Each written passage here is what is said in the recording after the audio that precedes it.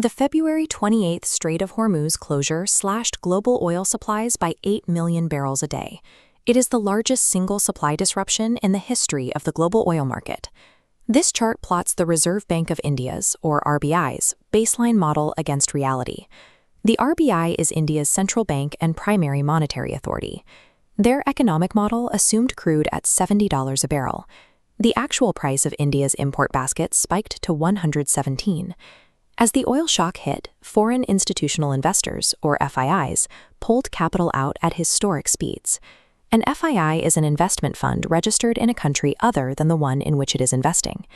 Outflows hit 1.05 lakh crore rupees in a single month, driving the rupee to an all-time low of 93.98 to the dollar. An oil shock of this magnitude, combined with mass capital flight and a currency crash, invalidates previous economic forecasts. Institutional portfolios are now forced to operate within a severely stressed market regime. This bar chart demonstrates exactly why the Nifty index hasn't collapsed. The red blocks, representing foreign panic selling, are mechanically absorbed by 29,000 crore rupees in monthly SIP inflows from domestic institutional investors, or DIIs. An SIP is a systematic investment plan that deploys a fixed amount of capital automatically each month.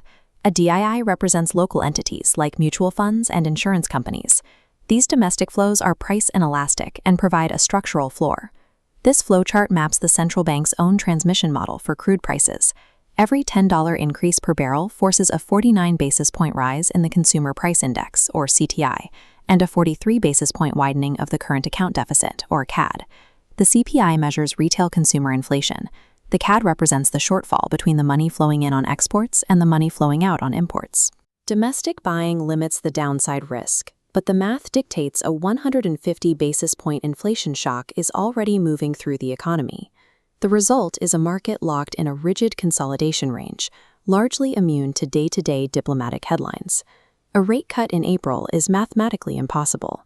The RBI governor has established a policy doctrine prioritizing flexible inflation targeting, signaling he will not sacrifice domestic liquidity to artificially defend the rupee's exchange rate. With the benchmark repo rate effectively locked at 5.25%, the Monetary Policy Committee's, or MPC's, actual decision holds little suspense. The MPC is the internal body responsible for fixing the benchmark interest rate. Institutional attention must instead pivot to 4 distinct forward-looking indicators. This matrix grid outlines those variables and their market impacts. First, the revised CPI projections under the new base year. Second, the specific wording shift from watchful to vigilant. Third, commitments to the OMO, or Open Market Operations Calendar. OMOs are the buying and selling of government securities by the central bank to control liquidity. Finally, the bank's first official GDP forecast for the 2027 fiscal year. The external oil shock has completely jammed the traditional interest rate lever. For the immediate future, the central bank's forward guidance and public communication dictate all near-term pricing in domestic bond and equity markets. Executing a standard aggressive sell-off right now will instantly destroy a portfolio's NAV. NAV stands for net asset value, representing the per-share value of a mutual fund or ETF. We are currently operating in a regime with an elevated VIX. The VIX is a real-time index representing market expectations for near-term volatility and price swings. Brute force selling in this environment destroys price discovery. This graph maps the Almgren-Kris sublinear market impact model. It illustrates how execution costs scale non-linearly.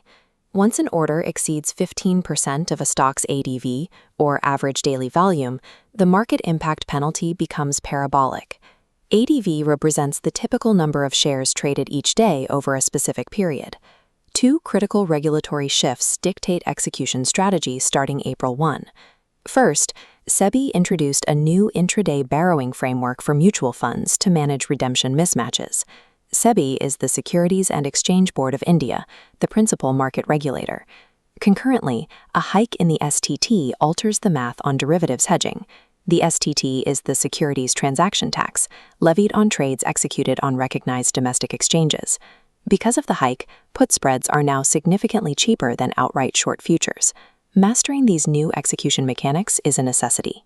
Liquidating within strict volume caps and optimizing hedges against the new tax structure is the only mathematical way to preserve capital and extract alpha during a stress event. This terminal dashboard outlines 3 structural trades insulated from the crisis timeline. First, PSU banks benefit from an EBLR tailwind. The EBLR is the external benchmark lending rate, a regulatory mechanism that dictates floating rate loan pricing. Second, mid-cap IT services gain a direct operating margin expansion from the depreciated rupee. Third, institutional execution arbitrage leverages the new SEBI borrowing rules to save 30 to 60 basis points on stress redemptions. The supply disruption guarantees near-term inflation. The domestic investment floor absorbs the worst of the foreign exit. Survival and outperformance in this market regime requires ignoring daily geopolitical noise and executing institutional strategies with absolute mathematical discipline.